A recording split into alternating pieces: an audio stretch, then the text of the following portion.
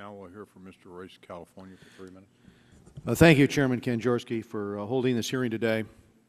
While hedge funds have experienced losses, they have not asked for or received any direct government bailouts in an era where the government has become the savior of all things failed. And in the view of the Fed, the losses that have been borne by hedge funds and their investors did not pose a threat to our capital markets or the financial system.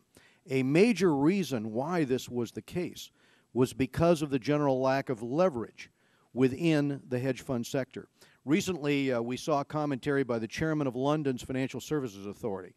He said he found that the average leverage of hedge funds was 2 or 3 to 1. Now, that's a staggeringly low number, a staggeringly low amount of leverage if you consider that our most heavily regulated institutions, like the government-sponsored enterprises, Fannie Mae and Freddie Mac, they were leveraged here in the U.S. by 100 to 1. And this was with Congress telling them how to invest, and Congress encouraging them, members of Congress, to roll the dice on risk, encouraging them to leverage 100 to 1. I remember this quite vividly because we have Richard Baker, a former member of Congress here, who tried to support the position of the Federal Reserve to allow the Fed or the regulators to deleverage these institutions for systemic risk. But that was blocked by the members of Congress.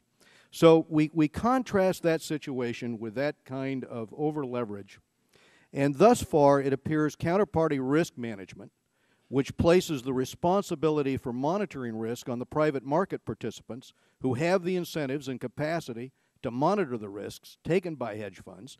We see that that's held up pretty well.